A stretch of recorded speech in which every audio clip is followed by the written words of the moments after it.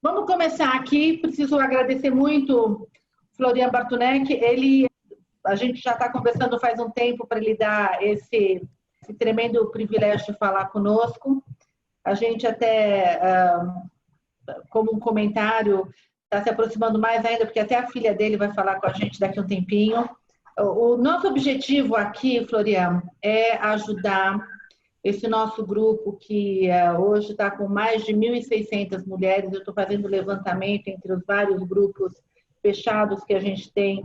O meu cálculo já está em algo como 1.700 mulheres. A gente começou faz um ano e pouco e o objetivo não tem ninguém do mercado financeiro. São investidoras que querem aprender a escolher quais são os profissionais que as ajudam, como avaliar os investimentos. A gente foca muito na alocação de carteira e a gente está muito, já recebeu gente muito importante e você, super obrigada por nos dar esse privilégio. Uma coisa que desde o ano passado que vem sendo falado é investimento em ações, né? Que todo mundo fala, redução de taxa de juros, agora a gente tem que investir em renda variável, aumentar a alocação em renda variável. No final do ano passado, começo desse ano, era uma coisa mais fácil de fazer e a gente passou aí, veio um terremoto que chacoalhou todo mundo. Isso fez com que taxas de juros caíssem mais ainda, então aquela preocupação ficou maior ainda de como é que eu vou fazer com os meus investimentos. E no grupo, eu escuto muito todo mundo falando, eu vou comprar ação, aquela ação está barata, aquela ação está cara, como é que é? E eu fico muito preocupada com isso, porque eu não acho que isso seja o papel das investidoras. Eu acho que o papel é de gente como você, né? A gente tem profissionais que fazem isso de uma maneira excepcional. E a gente tem dois desafios agora, né? Além de saber que é importante fazer uma alocação em renda variável, é saber como fazer essa alocação em renda variável num momento como esse que a gente está passando. A gente tem um cenário ainda muito incerto. Então, se você pudesse ajudar a gente a entender o que gestores, qual que é a cabeça que não é uma questão de a bolsa vai subir, a bolsa vai cair, ou o que vai acontecer. É de fato como é que você escolhe as alocações, como é que você avalia isso tudo. Então, se você puder ajudar a gente com isso, assim, eu tento muito explicar sempre para as mulheres o tamanho das pessoas que vêm falar com a gente. Então, eu queria que você contasse só um pouquinho do que você já fez para elas, porque nós somos leigas aqui no Women Invest em relação a investimentos. Quer dizer, nós como grupo, mas eu, José Eduardo, a gente tem muita noção do tamanho que é a Florian Bartunek que está falando com a gente. Então, se eu puder contar para elas um pouquinho, ajuda muito. Super obrigada. Bom, claro, obrigado. Obrigado a vocês. Eu sou entusiasta da educação financeira porque, como você falou, o investimento há um tempo atrás, ele era muito restrito, poucas pessoas investiam porque a bolsa era muito volátil e a taxa de juros era muito alta, né? Então não havia necessidade de você investir em ativos de risco, né? As pessoas às vezes investiam em imóveis, mas eram renda fixa ou imóveis, né? E com essa taxa de juros negativa, entre aspas, real, né, negativa, né? Nossa inflação é maior que 2%, né? Para quem viaja, quem paga, às vezes paga mensalidade de escola, tal, essas coisas sobem mais, aumentam mais de 2% ao ano. Então, hoje, se você ficar com o dinheiro parado, você está perdendo poder de compra, né? Então, se tornou, como você falou, cada vez mais importante a gente... nós somos praticamente obrigados a virar investidores, né? Não tem jeito, se você não quer perder poder de compra, você tem que investir o dinheiro. E, como você falou, tem esse desafio de educação, por isso que eu gosto de participar dessas reuniões, porque há uma falsa sensação, porque o mercado financeiro, de investimentos em ações, eu vou falar de mim, mas deixa eu só fazer uma introdução. A barreira de entrada é muito baixa, né? É tipo jogar futebol, você pega uma bola, chuta, corre atrás e tal, não sei o que, papapá, né? Então as pessoas começam a investir achando que é muito fácil e esquece que é praticamente uma profissão como qualquer outra, né?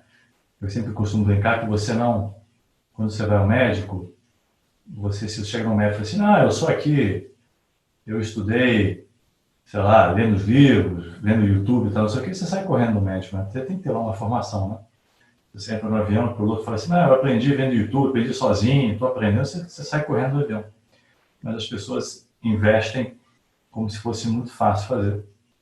E outra coisa que eu falo também é o seguinte, as pessoas, às vezes, para comprar um micro-ondas, gastam horas analisando, pesquisando o melhor preço, leem os comentários na internet, tal, não sei o que. Para comparações, tem uma dica, eu vou lá e compro, e às vezes comprar uma ação, obviamente, é muito mais relevante financeiramente que eu comprar um micro-ondas. Né? Então, o mercado ele é muito desafiador porque a barreira de entrada é muito baixa. Né? Então, qualquer um pode começar, então tem que se educar. Mas, deixa eu só falar um pouco de mim. Eu faço há 30 anos, 30 e poucos anos. Comecei no Banco Pactual em 90, 89, 90.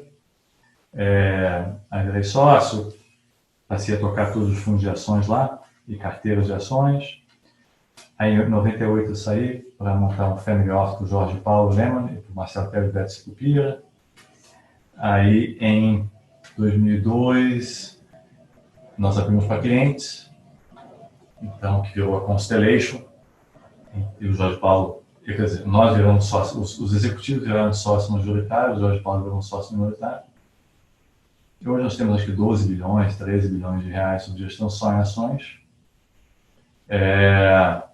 E eu estou em vários conselhos, educação é uma coisa, como eu falei antes, que me apaixona, então estou no Conselho das Escolas Eleva, no Conselho da Fundação Lehmann, da Fundação Estudar, do PROA, que é um maior instituto de ensino profissionalizante do Brasil, estou no Conselho da Escola dos Meus Filhos, da Fundação da Escola dos Meus Filhos, para dar bolsas, estou no Conselho da FIRST, que é uma iniciativa da Falcone para a educação executiva, estou no Conselho da Falcone Capital, estou no Conselho da Bolsa da B3, da Bolsa de Valores, e mais alguns outros conselhos.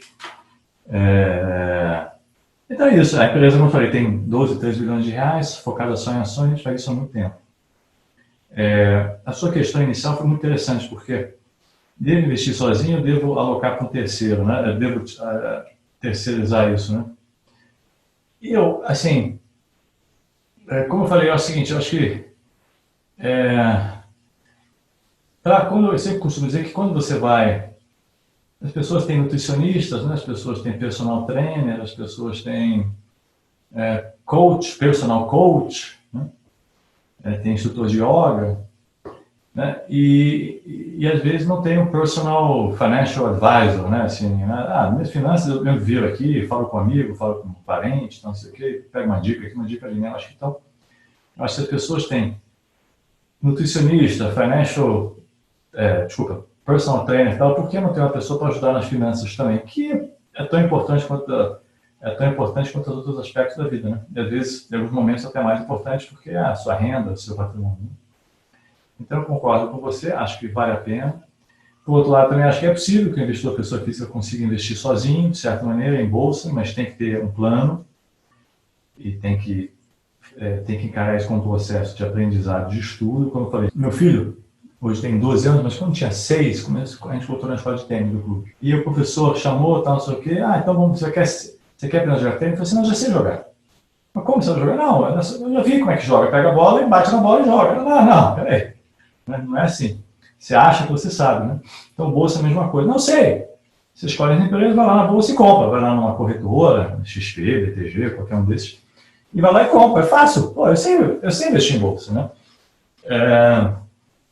E realmente investir é muito fácil, comprar é muito fácil. O grande desafio é o que fazer quando a bolsa cai, quando tem uma crise e você perde 30%, 40% do que você aplicou, né? E aí que você começa a ver como é difícil, né? Então, assim, eu acho que você tem razão, eu acho que se você tem personal trainer, se você tem médico, se você tem, né, várias pessoas para te ajudar na sua vida, porque não tem a pessoa para te ajudar nas finanças, dá para fazer, a terceirizar é uma excelente alternativa, se você não tem muito tempo. Agora, se você está disposto a dedicar horas e horas por dia ou por semana, também dá para fazer sozinho.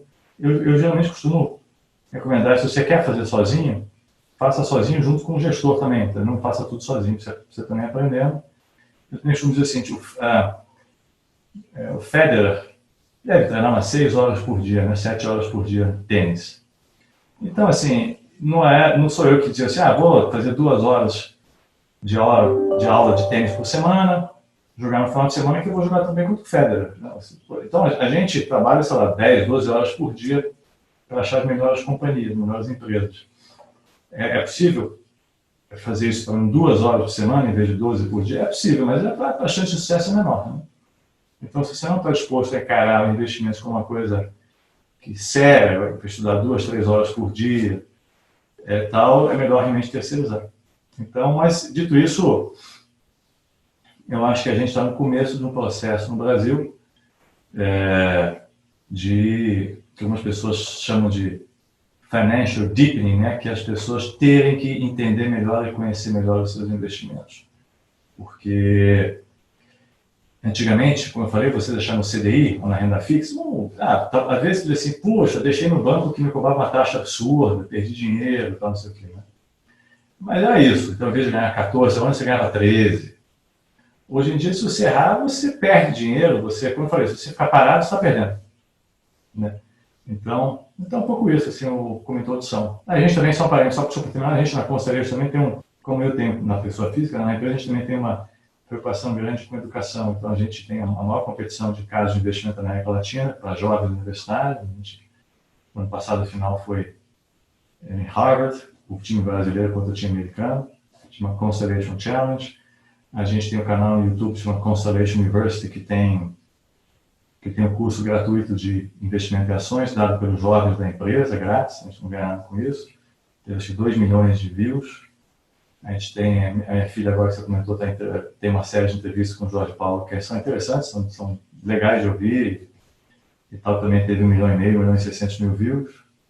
A gente faz isso presencialmente, agora faz pelo Zoom. Todo mês a gente recebia um grupo de jovens alunos de escola de ensino fundamental ou faculdades. Agora a gente faz por Zoom e ficou melhor, porque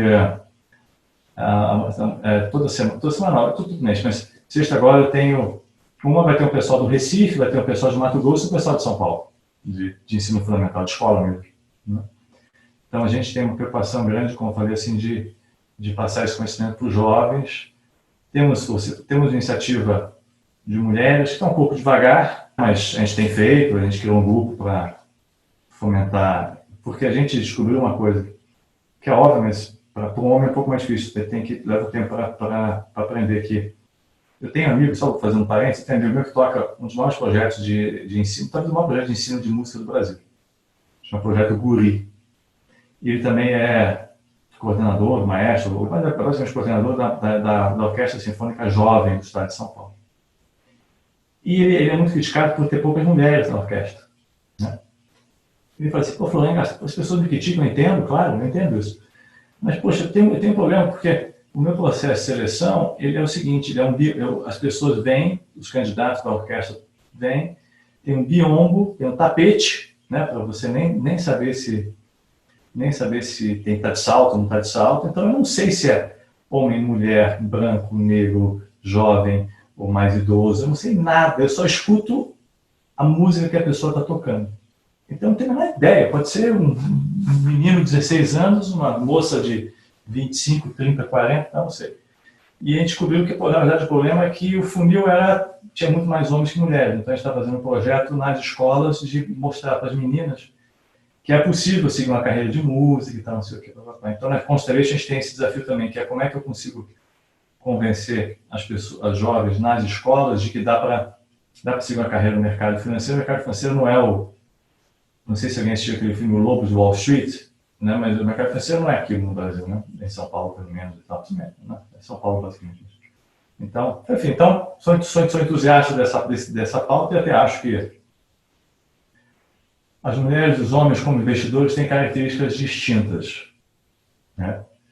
E eu chutaria que, na teoria, as mulheres têm mais chance de dar certo como investidoras do que os homens. Né? Porque os homens são muito bobos em algumas coisas e tal, e isso atrapalha muito o mercado financeiro, principalmente. Então, sou entusiasta da pauta e tal. Mas é um pouco isso como introdução. Né?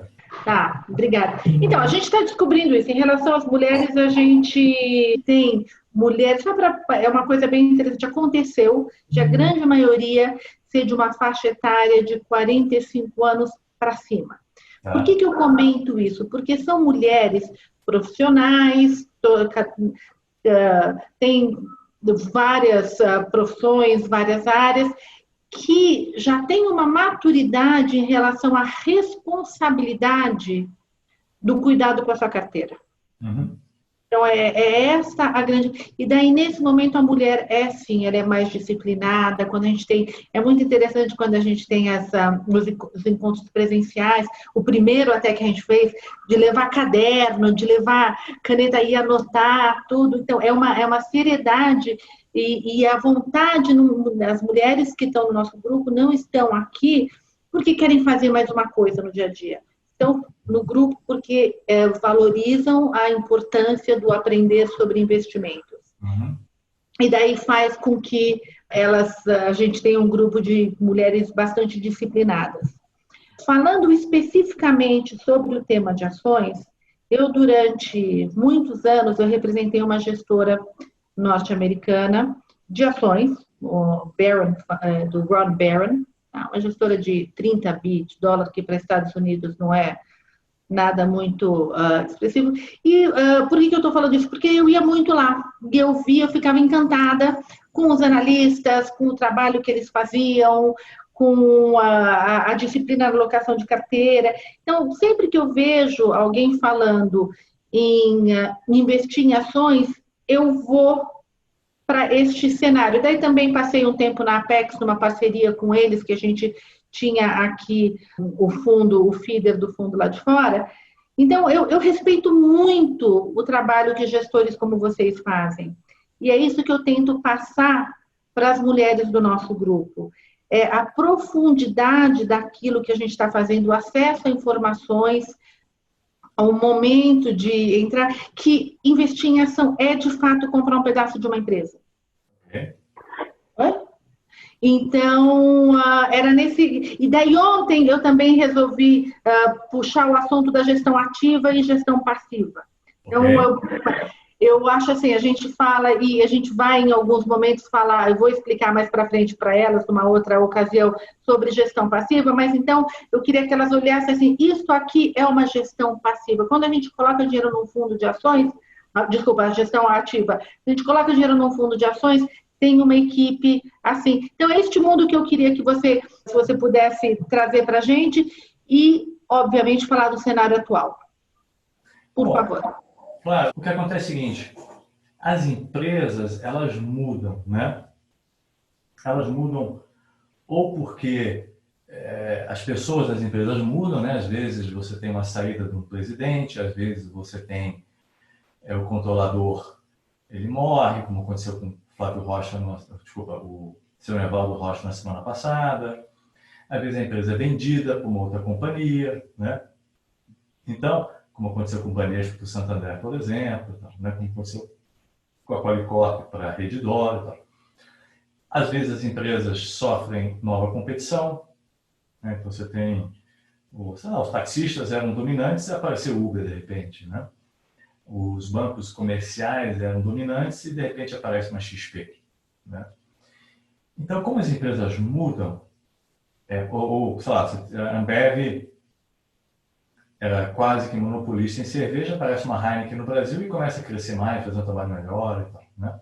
Então, e o consumidor muda, né? Então, o consumidor que tomava muito mais cerveja toma menos cerveja hoje relativamente do que tomava antes e tal. Então, como as empresas mudam, você precisa estar sempre acompanhando, né, aquele investimento. Um paralelo interessante o setor imobiliário também muda, né? Então, eu comprei, eu tenho um apartamento em Copacabana, tô tranquilo, né? Ali, é um lugar ótimo, premium. Era premium há 40 anos atrás, né? Não necessariamente já é mais tão premium hoje quanto era. Então, se você simplesmente comprou um apartamento e deixou lá, ou tem um apartamento na Tijuca, no Rio de Janeiro, você deixou lá, valorizou muito, né? E a mesma coisa acontece nos bairros de São Paulo. Vila Nova Conceição é um bairro relativamente recente, né? Tem algumas décadas, né? E você tinha bairros que eram ótimos em São Paulo que relativamente os imóveis se desvalorizaram em relação ao que valiam antes, né? Então, mesmo imóvel, não, eu comprei um imóvel aqui no lugar, estou tranquilo, vou por próximos 40 anos. Não, você tem que estar sempre acompanhando. Puxa, mas será que o lugar está realmente bom? Será que o prédio está sendo bem cuidado? E ações é a mesma coisa. Então, a gestão ativa, ela existe primeiro, porque as empresas mudam, então tem que ter alguém lá olhando, tomando conta do meu investimento, né? Segundo, a passiva, ela é basicamente comprar o índice Bovespa, né? Então, eu sou um investidor passivo, eu simplesmente compro o índice Bovespa, né?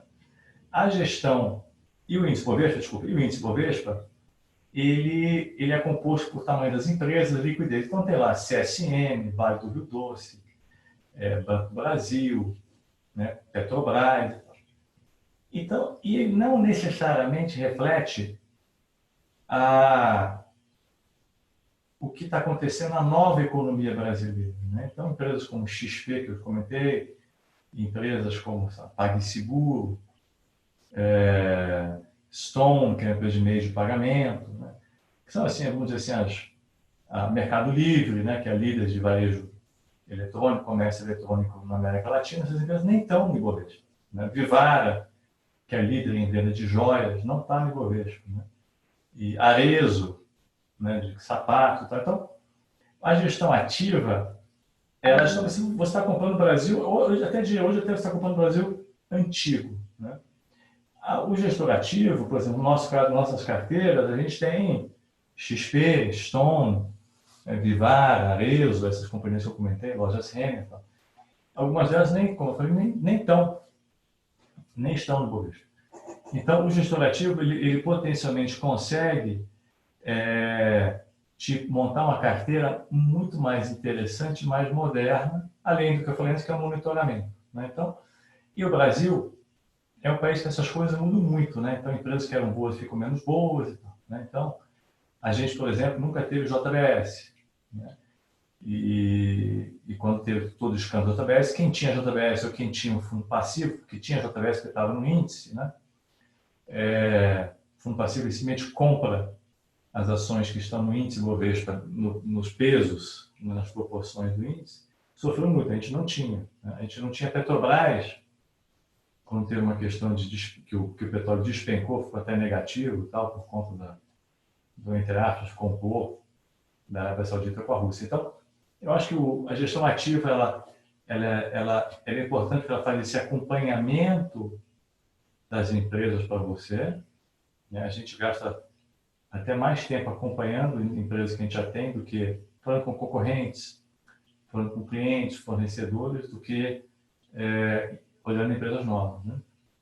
Mas também o fundo vê empresas novas e que são potencialmente mais interessantes do que simplesmente a velha economia, né? Então, essa gestão ativa, eu sou bastante fã. A gente, no nosso caso, mas muitos outros, a gente conseguiu ter uma performance melhor que o Bovespa praticamente todos os anos. Esse ano, se eu não me engano, a Bolsa, deixa eu ver aqui, peraí, que a Bolsa, ela caiu bastante hoje, caiu 1,5% hoje, mas sei lá, a Bolsa no ano está caindo 18%, a gente está, no nosso fundo, acho que zerado, ou caindo 1%, alguma coisa assim, né? Então, a gestão ativa, ela, se é ser bem feita, ela ajuda bastante também, principalmente nas quedas, né? Você toma menos susto.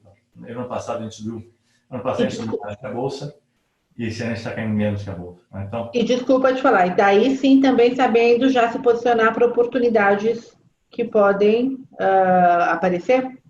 sim, exatamente, porque, como eu falei assim, a XP ela nem é negociada no Brasil, né? Nosso fundo compra lá fora.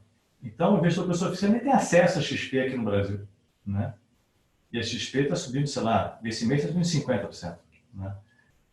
Então, eu acho, como eu falei no começo, acho que você tem o personal trainer, tem nutricionista, não vai ter uma pessoa para te ajudar nas finanças, né? Esse negócio, você não vai ao médico que fez um curso pelo YouTube. Aí você vai achar que sozinho você vai conseguir fazer um negócio que é difícil, né? Tem poucas pessoas que fazem isso bem, né? Se você olhar, deve contar em duas mãos o número de gestores de renda variável que conseguem ter esse retorno de longo prazo, né? Às vezes um ama o outro, um consegue fazer mais do outro, mais, mas, né? Então é muito difícil a pessoa sozinha querer ter esse retorno. E é um pouco isso. Assim, em termos de cenário, eu acho que acho que a economia, obviamente, vai sofrer bastante nos próximos trimestres por conta do desemprego gerado pela crise da Covid, né? Restaurantes fechados, alguns fechando, que eu digo, desculpa, os restaurantes fechados, mas alguns fechando as portas definitivamente, né? Algumas empresas médias também tendo que fechar as portas porque ficaram sem faturar durante algum tempo, especialmente nos setores mais afetados, na hospitalidade, hotéis, turismo, né? Restaurantes. Esses setores, entre outros, estão sofrendo muito, né? Esse desemprego vai ter impacto na massa salarial e, portanto, no consumo. Então, o Brasil deve ficar meio um vento contra, ou pelo menos sem vento a favor, por alguns trimestres, até o meio do ano que vem, né? O que faz com que o juro continue muito baixo, né? Que volta aquele desafio que eu falei, que o investidor tem que investir no risco, senão vai perder dinheiro real, né? Mas, por outro lado, por outro lado, você tem uma performance das empresas bem diferente. Então, você tem empresas que estão indo super bem, Mercado Livre, Magazine Luiza, né? XP, empresas que estão até se beneficiando, de certa maneira, de uma aceleração de algumas tendências de longo prazo, como o varejo eletrônico e tal, né? Aí você tem empresas indo muito mal, como eu já falei, turismo, e tal, né? Linhas aéreas e tal. Então, o desempenho das empresas vai ser muito diferente. Então, eu sempre perguntar assim, tipo, para onde vai a Bolsa, né? É difícil saber para onde vai o Bovespa, porque o Bovespa é uma mistura de Vale do Rio Doce, Petrobras, Itaú, Bradesco, Banco do Brasil, Ambev, é um monte de coisa, umas vão bem, outras vão mal. Agora, para onde vai ter o portfólio? Eu disse assim, olha, a maioria das empresas, se não todas as empresas do nosso portfólio, e a maior posição que a gente tem é B3, que é a própria ação da Bolsa de Valores, né? Os volumes da Bolsa hoje estão 20% maiores do que estavam em janeiro, antes da crise, né? Então, com todas essas pessoas físicas vindo da Bolsa e tal, e a Bolsa cai 18%, a ação da B3 sobe 23% esse ano, né? Porque os volumes estão aumentando, tem mais gente vindo na Bolsa e tal, né? Então, eu acho que a Bolsa não sei para onde vai, acho que vai ter momentos de períodos difíceis, que os lucros das empresas não vão ser muito alvissareiros ou muito bons, mas eu acho que os nossos portfólios vão muito bem, porque, como eu falei, XP está bombando, o BTG está bombando, né? E assim como essas outras, o Mercado Livre está, nossa, eu não era muito fã de comprar, eu sempre comprei online, obviamente, mas muitas coisas eu não comprava, né? Porque você vai ao shopping, você vai a algum lugar, então hoje eu compro praticamente tudo online, né? Então, e muitos desses hábitos vão permanecer, né? Eu ia na boutique da Nespresso no Iguatemi e sempre comprava lá. Via uma novidade e tal, não sei o que, obviamente vou voltar a comprar, né? Mas, quando precisar, hoje em dia a Nespresso entrega, acho que em 2 dias, sem cobrar frete, sem nada. Então, se eu estou precisando, não tenho plano de ir ao shopping, compra online. Né? Nem passava na minha cabeça comprar online. Então, acho que esse dado mudar, isso vai ajudar algumas companhias. Então, respondendo a tua pergunta, acho que é um cenário difícil para o Brasil na economia, por conta desses setores todos que sofreram, por conta do desemprego. Mas, então, você tem que escolher bem as empresas. A Bolsa, em geral, é uma mistura de um saco de gatos. E se você escolher bem as empresas, você consegue escolher empresas que vão bem nesse período, né? Então, a gente, como eu falei, a Bolsa está caindo só 18%, nosso portfólio está praticamente zerado no ano, porque a gente escolheu as empresas que estão relativamente bem. Vocês acompanham só Brasil? Desculpa, pode falar? Pode repetir? Vocês acompanham só a Bolsa Brasil? A gente acompanha só a Bolsa. A gente conhece a Bolsa lá fora, tá, as empresas, mas a gente investe só na Bolsa brasileira. Quantas ações, mais ou menos, quantas empresas vocês acompanham, mais ou menos, dentro da Constellation? As empresas que são elegíveis, que têm boa governança, boa qualidade, boas pessoas, umas 140, e a gente investe na média em 25. Então, olha, isso aqui é importante. Por que eu perguntei isso? Exatamente para ver esse filtro, né? Que não é, meu amigo me deu uma dica, ou o pessoal da. Olha, o trabalho que gestores assim têm que fazer. Então, a primeira pergunta é das elegíveis, né? Então, como é que vocês fazem esse processo todo? O que são ações, o que são empresas elegíveis? O que vocês levam em consideração para daí chegar no universo de empresas que vocês consideram colocar na carteira? A gente usa alguns critérios. Primeiro critério é a qualidade do sócio, né? Você não quer, entre aspas, ser sócio de, como é que eu vou dizer? De uma pessoa que não tem um padrão ético elevado, né? De um controlador estranho e tal, né? Então a gente prefere, então primeiro assim, eu quero ser sócio desse gestor ou desse controlador. O segundo é que se ele segue políticas ESG, né, que é de sustentabilidade, respeito ao meio ambiente, respeito aos funcionários, aos clientes e tal, né? Terceiro, se o negócio é bom, né, tem negócios que são bons, tem negócios que são mais ou menos. Por exemplo, a B3, que é a Bolsa, né, é uma empresa que é um bom negócio, né, porque ela é praticamente monopolista e cada ação que você compra e vende, você deixa um pedacinho FII lá na B3. Então é um ótimo negócio, né? Tem negócios que não são tão bons, porque tem mais competição, né? Bancos é um negócio bom por enquanto, mas está ficando menos bom por conta da competição, né? Juro mais baixo, né? Os bancos costumavam cobrar taxas de administração muito altas nos fundos. 3%, 4%. Hoje em dia, com juros de 2%, ninguém mais pode cobrar 4%. Né? Então, o banco já foi um negócio melhor, o negócio bom já foi um negócio melhor. Né? Então, acho que o filtro é qualidade das pessoas envolvidas, aderência ao respeito a índice, a sustentabilidade, respeito ao cliente, sabe assim? Você não quer ser sócio de uma empresa que ela te cobra R$ 9,90 nos primeiros 3 meses, aí depois no quarto mês é R$ 29,90, né? Pô, você não quer, sabe? Você quer se relacionar com uma empresa assim, né? Você não quer ser sócio de uma empresa que para você cancelar o serviço, você cai numa caixa postal ou ninguém te atende e tal, né? Antigamente até colava no Brasil, mas hoje, você não quer ser sócio de uma empresa como o Blockbuster era no passado, que se você pegasse o filme até às 6 da tarde era R$ 9,90, se você passasse das 6 era R$19. E as pessoas iam correndo para deixar o filme e tal. Pô, por causa de 1 minuto, você sabe? Então, essas coisas fazem diferença. Escolher o tipo de sócio, o tipo de empresa que eu quero investir, porque as empresas que são mais preocupadas com essas questões de funcionários, clientes, meio ambiente, elas tendem a ganhar mais dinheiro e tendem a ser mais resilientes e longevas, né? Porque hoje em dia é muito fácil você competir, né? Então, os táxis eram monopolistas no aeroporto. Então, o serviço era ruim, o preço era caro e tal. Aí, de repente, eu lembro que o táxi vermelho e branco, é caríssimo, né? Aí, hoje em dia, o sujeito chega no aeroporto e pega Uber, né? Opa, então já não posso ser mais tão caro, eu tenho que tratar bem meu cliente, né? Em São Paulo, o serviço de táxi sempre foi muito bom, no Rio de Janeiro sempre foi muito ruim. Hoje em dia, o serviço de táxi no Rio de Janeiro é muito melhor, porque o taxista sentiu a competição. Então assim, são critérios que realmente olham a capacidade da companhia de sobreviver muito tempo e para isso tem que tratar bem os clientes, tratar bem os funcionários, tratar bem a sociedade em geral, né?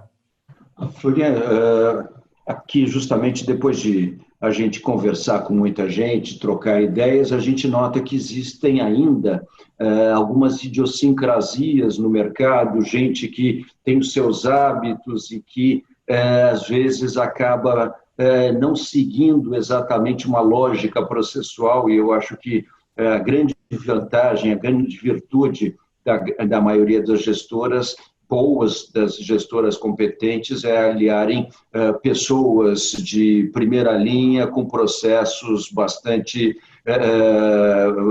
profundos e ter uma monitoração contínua.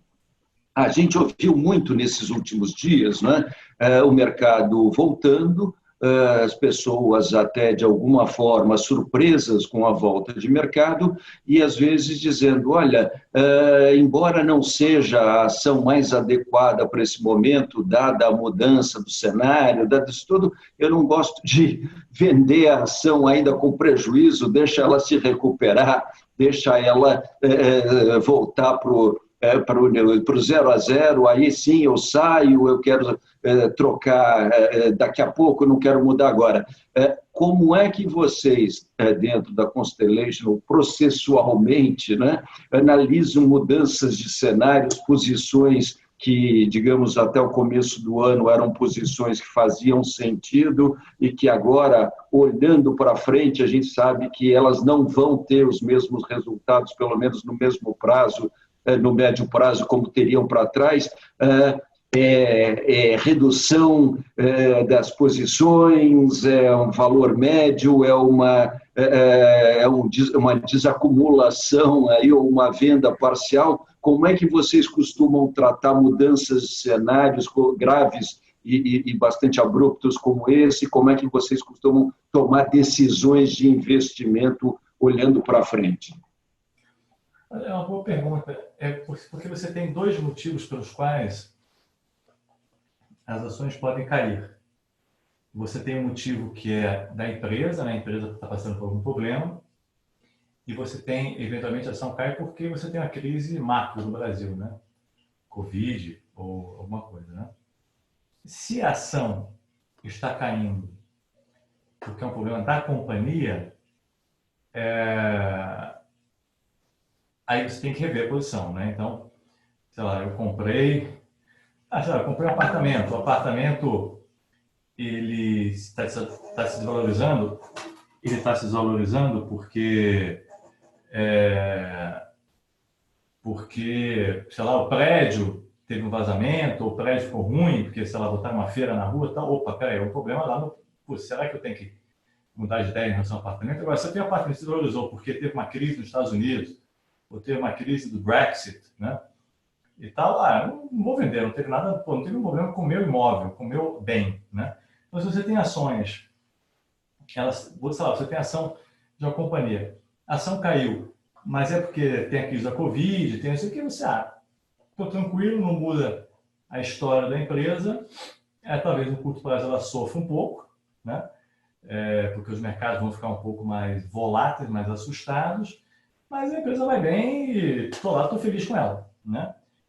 Agora, se é uma coisa específica da companhia, aí eventualmente vale a pena você vender, entendeu? Então, se é uma questão macro, mantém, está tudo certo, não tem problema.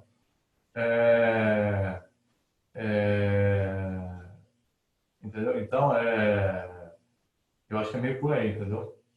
Meio, por isso que é importante, né? Por isso que eu falei que a gente gasta tanto mais tempo até, né? Analisando, acompanhando a posição do que comprando, né? Porque a partir do momento que as ações caem, você, putz, isso é um problema na empresa, não é? Isso é um problema... Às vezes a Renner, ou a Vivara, erra uma coleção, né? A coleção foi errada, não vendeu tão bem, e aí, mas é uma coleção, pessoas se falam, o resultado da Renner vem ruim, vamos vender Renner ou Vivara, não, mas foi uma coleção, e se a Vivara erra a coleção, ela derrete e muda, né? A Renner faz o markdown, dá um desconto e vende, mas a outra já melhora, a Natura às vezes cai porque também erra, né? Erra os conjuntos de Natal e tal, então você tem que sempre avaliar, poxa, mas será que isso é uma mudança permanente ou será que isso é uma coisa provisória e será que é uma coisa mais do mercado, ou é uma coisa mais da empresa, entendeu? É o melhor critério, eu acho. Vocês fazem, tentando usar termos não técnicos, vocês fazem uma alocação baseada em setores ou o setor é uma consequência da alocação de vocês?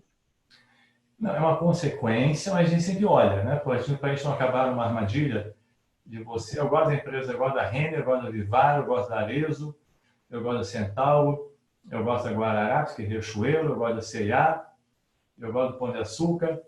Aí quando você vê, você tem 50% em varejo, né? E aí veio uma crise econômica, alguma coisa, e todo varejo sofre, né? Então a gente a gente faz uma análise que a gente chama de bottom-up, né, que é de baixo para cima, que é começa pelas empresas. A gente não começa pela economia, começa pelas empresas, que é a melhor maneira, eu acho. E a gente, nesse aspecto, a gente é acionista de lojas Renner, sei lá, 15 anos. É a melhor coisa que a gente fez. Aí vem Lula, Dilma, Temer, Bolsonaro, a ação sobe e desce, mas a gente continua acionista e foi a melhor coisa que a gente fez, né? A gente é acionista Localiza, a empresa de aluguel de carros, também é 15 anos. Também é a melhor coisa que a gente fez. A gente é acionista de Raia do Brasil há muito, muito tempo, desde o IPO.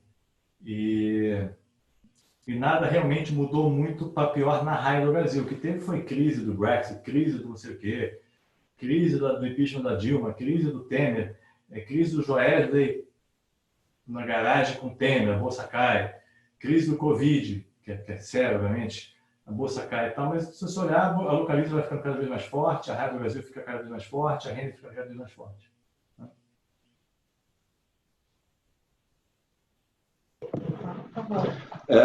Agora, dada essa mudança fundamental nos juros no Brasil, no mundo inteiro de uma forma geral, a gente espera, pelo menos é isso que os estrategistas têm dito, um fluxo maior para os ativos de risco, principalmente para compensar essa redução significativa da taxa de juros, chegando até a juros líquidos reais negativos. Então, quer dizer, efetivamente, se você mantiver a cultura tradicional do investidor brasileiro e dedicar a maior parte dos ativos à renda fixa, provavelmente você vai chegar no final do ano com um valor de compra inferior àquele que a gente está vendo agora, e que foi exatamente isso que você disse.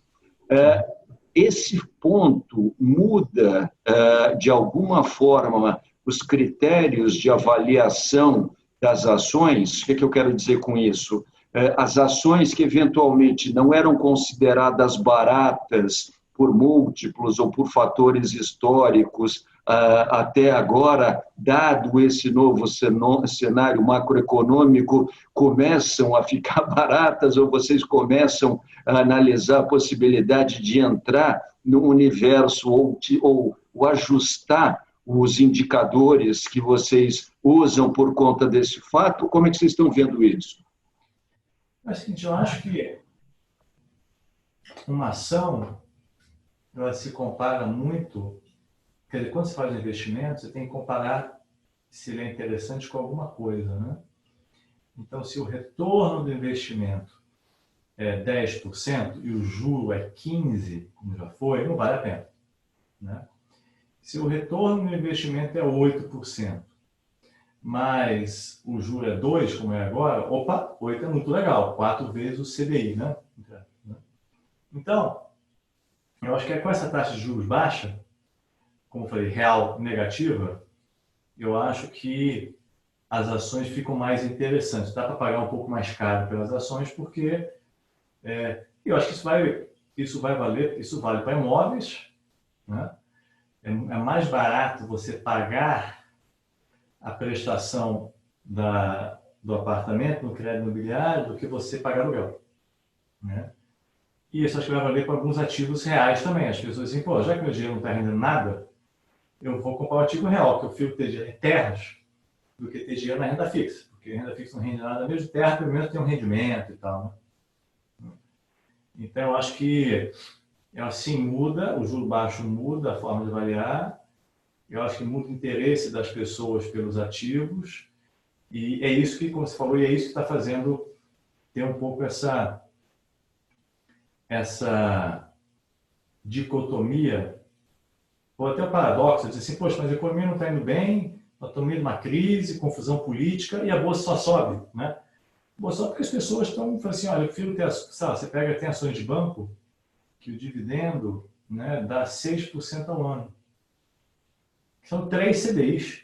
Você, poxa, eu prefiro ter ação de Itaú, que me dá um dividendo de 6% ao ano, do que deixar o dinheiro no fundo de banco, que se você pegar taxa e tal, dá zero praticamente, né? Então eu vou ficar no Itaú. Ah, mas a economia, o Bolsonaro, não sei o que, o Trump, eu sei, mas o Itaú vai continuar aí, sempre é bom, é bem tocado. Eu fui ter ações do que ter dinheiro, né? Dinheiro parado, né? Então, acho que sim, você tem razão. Acho que esse juro muda sim, a avaliação, e ele é muito benéfico para investimento em ações, né? Eu estou tentando fazer algumas perguntas para ajudar as pessoas aqui entenderem como é que a gente não só avalia ações, mas também entende o trabalho de uma gestora. Tá? E muitas coisas não são tem o certo ou o errado, é só um estilo. E até quando você vai fazer a sua alocação, você pode pegar gestores que têm estratégias diferentes. Na Constellation, como é que vocês trabalham com o assunto tamanho da empresa, market cap? Tá? Porque, assim, no mundo que a gente está vivendo, tem empresas que, de repente, crescem, de repente acontecem, de repente tem um IPO, de repente aquele setor onde ela está, ela pode fazer sentido. Você vê algum setor, alguma oportunidade em especial, alguma coisa assim? Ou, em geral, ainda no Brasil, é melhor a gente ficar olhando para as maiores? Eu acho que no Brasil as maiores se devem melhor, porque como a economia é muito volátil, as empresas grandes, elas navegam melhor por essas crises, né? Então, o Brasil foi a história dos maiores, dos grandes ficarem maiores, dos fortes ficarem mais fortes, né? Então, eu não mudaria muito a estratégia. Por outro lado, acho que tem muita empresa nova, pequena, vindo no mercado interessante. Me vai uma empresa grande em joias, mas não é tão grande quando você compara com uma loja Renner, com Pão de Açúcar, Carrefour e tal, né? Ou Localiza. Então, eu, por enquanto, ficaria nas grandes, mas muito curioso com algumas empresas que são menores, mas que parecem bastante interessantes. Mas eu ficaria em empresas que você naturalmente conhece, né? Então, se eu te falo de Arezzo, que é uma empresa menor, você, Arezzo eu conheço bem, tranquilo, nossa vida. Então, a gente hoje prefere as empresas mais robustas. Então, nessa crise, a Renner vai passar muito melhor do que qualquer outra varejista, a Localiza vai passar essa crise muito melhor do que qualquer outra empresa de aluguel de carros, né? Então, eu ainda fiquei com as maiores, mas eu teria espaço, a gente tem espaço, 20% do portfólio, para empresas, não são emergentes necessariamente, mas empresas que que estão crescendo mais rápido, tem um tamanho um pouquinho menor ainda, mas tem perspectiva de crescimento.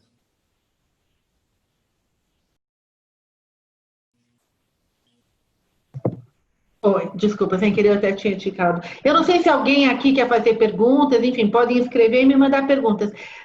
Eu tenho mais uma pergunta para fazer nesse sentido, mas, enfim, me mandem, elas podem escrever no chat.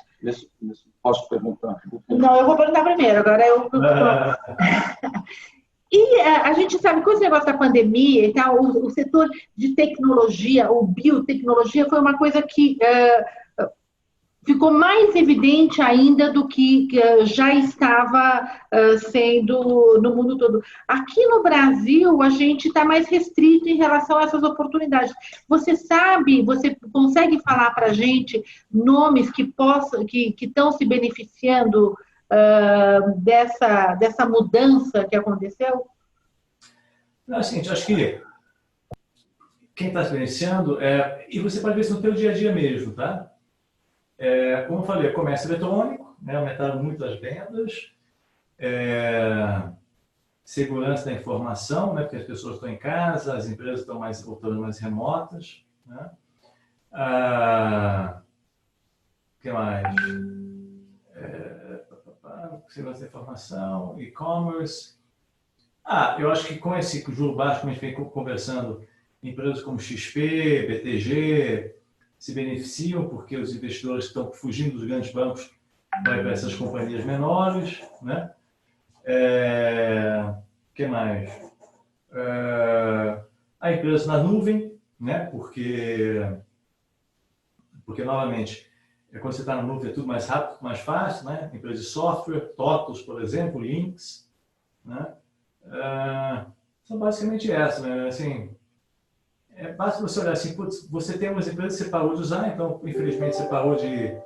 Provavelmente você parou de usar Azul, Gol, Latam, né? E você está usando mais americanos.com, está usando mais, né? Você está indo menos ao cinema, menos ao shopping, ao restaurante, mas você está usando mais iFood, Rappi e tal. Então, esse tipo de...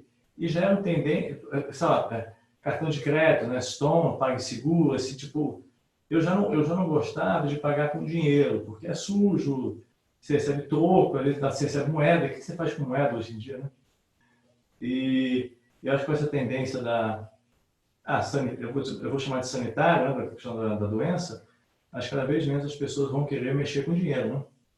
Então, essa tendência, novamente, que já estava acontecendo, foi acelerada, que é pagar com cartão. E quando você paga online, você paga com cartão automaticamente, na maioria das vezes. Então, acho que basta olhar assim, no seu comportamento, acho que daqui a pouco tudo volta ao normal, né? Assim, vai mudar tudo, não sei o que. Acho que não, o ser humano continua o mesmo, o ser humano quer viver em sociedade. Vou ficar em casa. Ninguém quer ficar em casa, né?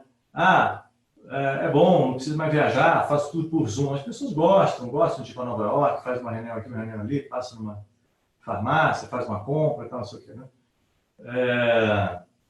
Não vou mais ao cinema, que é muito perigoso. Daqui a pouco, ou você tem um tratamento, ou você tem a vacina. E as pessoas, daqui a um tempo, estão voltando ao cinema. Então, eu estou dizendo isso porque a gente já viu várias dessas crises e que as pessoas mudaram o comportamento, mas com o tempo volta, né? Eu lembro quando teve o apagão, se não foi 2001, as pessoas trocaram as luzes por LED, né? Quem tinha chuveiro elétrico passou a tomar banho mais rápido, mais curto, né? Apagava as luzes deixavam ligadas, tal, não sei o quê. E depois que passou o apagão, ficou uns 2 anos para voltar ao consumo, porque as pessoas se acostumaram a apagar a luz, né? Trocaram as lâmpadas e tal. Então, acho que vai ter mudança, mas acho que daqui a 2, 3 anos volta tudo de novo. Para que as pessoas continuem iguais, sabe? Você ia perguntar? Ia perguntar, Florinha, sobre investidor estrangeiro. Né? Boa. Quer dizer, investidor estrangeiro tirando dinheiro do Brasil, obviamente, boa parte que saiu aí, 50 bilhões nos últimos 2 meses, 34 bi nesse ano, boa parte disso renda fixa, né? Os juros caíram bastante, o Brasil não oferece mais aquele diferencial interessante para o estrangeiro trazer dinheiro, mas uma boa parte também saiu da Bolsa, né? Tradicionalmente, os emergentes, não só o Brasil, né, mas os emergentes de uma forma geral, precisam desse fluxo internacional para chegar a valores maiores, né? Quer dizer, inclusive hoje a gente até olhando o Bovespa em dólar, vê que ele não está assim tão caro, quer dizer, embora o número de pontos hoje seja semelhante ao número de pontos que a gente tinha na metade do ano passado, segundo semestre do ano passado, o Bovespa em dólar está bem mais baixo em função justamente da valorização. Muitos gestores lá de fora, né, gostam muito de usar o fator dólar como sendo o critério de entrada ou saída de mercados emergentes. Então, o dólar sobe, ninguém entra no emergente, o dólar cai, já começa a ter fluxo para o emergente outra vez, e a gente está vendo aí, com relação ao Brasil, uma crise política, uma retomada econômica que certamente deverá ficar meio que a reboque também do desenvolvimento internacional, da recuperação internacional, talvez os mercados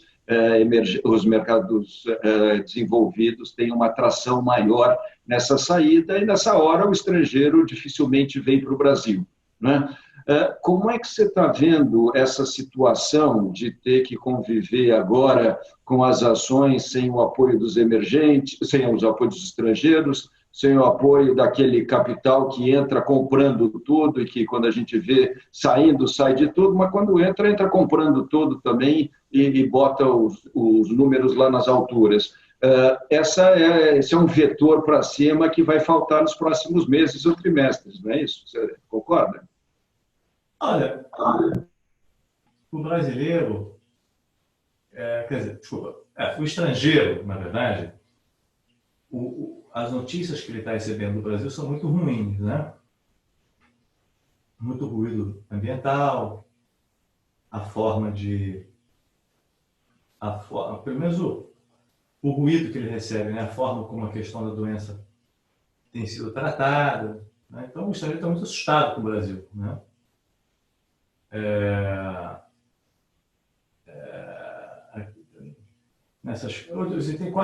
Tem quatro questões que assustam. A questão ambiental, a questão da doença, a questão da política externa, né? E a questão do ruído político, né? Briga entre os poderes, esse tipo de coisa, né? Então, assim, a percepção do Brasil nunca foi tão ruim como tem sido agora. A gente pode discutir se é exagero, se não é exagero, então, a percepção é muito ruim, né? E eu acho que parte é verdade, parte é má comunicação também, né? Então, o Brasil, obviamente, tem muita coisa confusa, mas também a gente se vende mal. Mas dito isso, eu acho que você tem razão, acho que, assim, a grosso modo, o estrangeiro, se for Brasil, tem coisa mais interessante, menos enrolada, não estou entendendo o que está acontecendo. O Brasil, acho que é o país que tem mais gente morrendo de Covid hoje em dia, né? Ou tem mais novos casos. Isso também é tudo meio complicado, porque depende de quando você está testando e quando não está testando, né? Mas, assim, então, o estrangeiro tem muito medo e houve muito ruído e tal. Então, eu concordo com você, acho que vai demorar um tempo, mas, por outro lado, com esse juro baixo, o brasileiro, né, tá fazendo a vez do estrangeiro. O brasileiro é o grande motor dos investimentos em ações na Bolsa no Brasil hoje em dia. Eu não tenho muito mais tempo, que eu tenho aula para assistir de rádio. Não, tá bom, não, tá bom. Então, eu não sei se alguma das meninas tem alguma pergunta para fazer, como é que... o que a gente pode, mas, assim, na verdade, a ideia aqui era exatamente isso que a gente descobriu, tá? Para mim é muito importante elas terem acesso a esse tipo de trabalho que vocês fazem. Deixa eu tirar uma foto da tela toda. Tem uma pergunta aqui. Não consigo deixar de pensar que as ações que estão muito baixas oferecem uma oportunidade no momento. Por exemplo, as companhias aéreas não ficarão para sempre assim. Não significa uma oportunidade? Vamos perguntar isso, daí a gente já encerra. Claro. Obrigada. Olha, potencialmente sim. Eu focaria potencialmente sim. É o que vocês falaram. Eu estou louco para viajar. Me mandaram 2 piadinhas no WhatsApp. Uma é um sujeito que tinha uma esteira. Aí ele ligava a esteira, pegava a mala assim, e deixava só para saudade de pegar a mala. E a outra era uma foto assim, do avião vazio. Sabe quando você entra no avião? Que saudade de entrar no avião, ver as poltronas, assim, então, não sei o que. Acho que concordo, as pessoas vão voltar a viajar. Hoje eu vi um hashtag ótimo. Estou com vontade de viajar torta. Exatamente. Né? Exatamente. Então, assim, eu acho que as pessoas estão loucas para voltar a viajar. Como eu falei, acho que não vai mudar muito, o ser humano não vai mudar, o consumo não vai mudar muito. Tomar cuidado para não pegar uma empresa que vai quebrar pela frente. Né? Então, eu ficaria em Azul, que eu acho que a Azul é a mais robusta das 3 companhias e que vai voltar melhor. Não estou dizendo que as outras não podem ir bem, mas eu acho que, na dúvida, vai que vem uma segunda onda do coronavírus e tal, não sei o quê. Na dúvida, eu ficaria em Azul, que eu acho que é das 3, assim, Latam, Gol e Azul, acho que é uma das mais redondinha. Maravilha. Bom, a gente está conversando aqui há 1 hora, então, super obrigada pelo seu tempo. Obrigado a vocês. Obrigado. Esse processo de investimento tem que ser encarado como... É tipo meio dieta. Às vezes as pessoas vou fazer uma dieta, vou perder 3 quilos e resolver minha vida. Não vai resolver. Você tem que fazer uma reeducação alimentar. Você vai ter que ficar os próximos 20, 30 anos aprendendo, tendo disciplina estudando e tal. Vou jogar tênis, vou fazer umas 5 aulas, você jogar, acabou, vou jogar. Não, você tem que estar sempre aprendendo, né? Fazendo, treinando, tendo professor, tal, não sei o que, papá. Investimentos é a mesma coisa. É um projeto de 20, 30 anos, é dos mais importantes. Depois da saúde e família, talvez seja, depois da saúde e família, o projeto mais importante, porque ele afeta todos os outros, né? Porque se você está sem dinheiro, está fragilizado financeiramente, você fica fragilizado emocionalmente também, afeta a tua saúde e afeta a tua família. Né? Então, a primeira vez que você encara isso como o americano diz, um endeavor, né? Uma jornada, um desafio de longo prazo, eu acho que cai a ficha de que, eu tenho que aprender, tenho que estudar, tudo de ajuda e tem que ter a visão de longo prazo. Não quero dar uma mordidinha aqui, ganhar um dinheirinho aqui e tal, não sei o que, tá longe de ser um cassino. Tá bom? Tá bom. Maravilha. Obrigada mais uma vez. Mas parabéns pela iniciativa e estamos disponíveis. Tchau, tchau. Boa sorte. Logo, se Deus quiser, a gente volta para presencial, daí a gente vai pedir para te encontrar ao vivo. Fechou. Tá tchau, tchau. Obrigado. Obrigada, tchau. Valeu. Menina, super obrigada. Beijos para todas.